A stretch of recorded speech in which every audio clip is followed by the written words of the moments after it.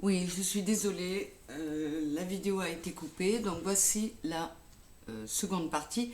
J'étais donc en train de vous dire de vous rappeler que Pluton était le dieu des enfers, mais aussi de la richesse. Donc on va pouvoir trouver, en secouant toute la vase qu'il y a à secouer, on va pouvoir trouver des richesses qui sont en nous. Et ça, c'est formidable. Il faut vraiment pas rater l'occasion. Euh, Alain Arrigui nous explique encore de façon très imagée, mais très intéressante, que nous allons ou devons lâcher le côté matériel.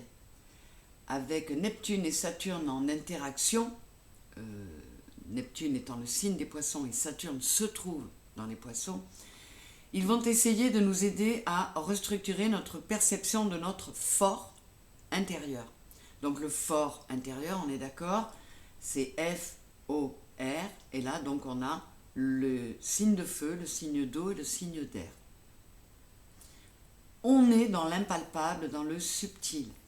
On exclut la terre, le matériel disparaît et on se retrouve dans la partie la plus subtile de nous-mêmes. Hein, vraiment, et on va profond en nous pour aller contacter nos parties les plus, euh, les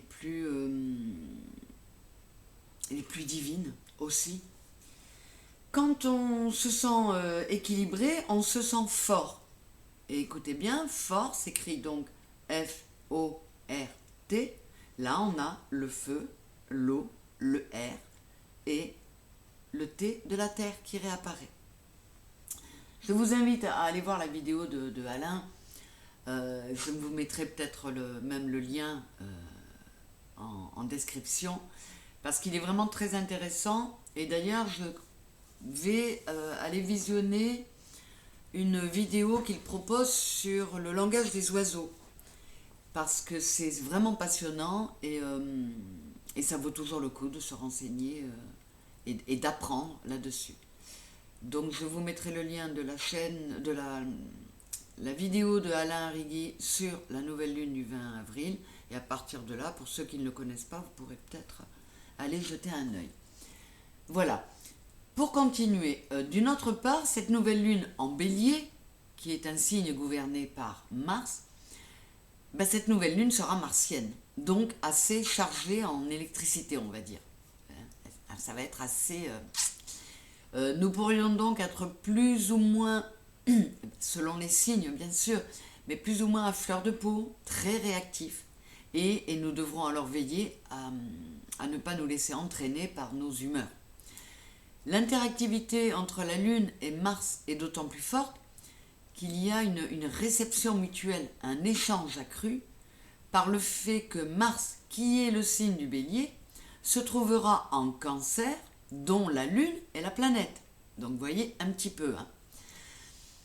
Et ainsi, bien que moins vif en Cancer, le caractère frondeur et fonceur de Mars va quand même se traduire par un aspect très réactif au niveau émotionnel et affectif, qui sont parmi les caractéristiques du cancer.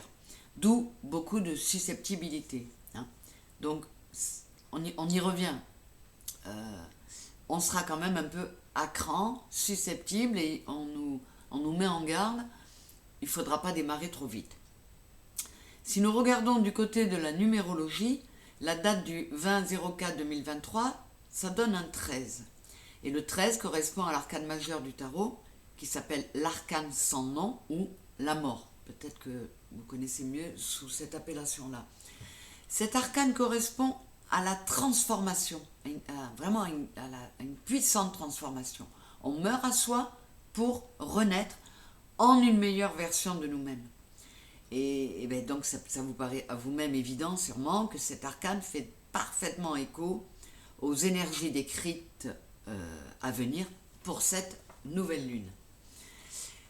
Eh bien, un beau remue-ménage en perspective, hein, vous l'aurez compris, tout comme moi.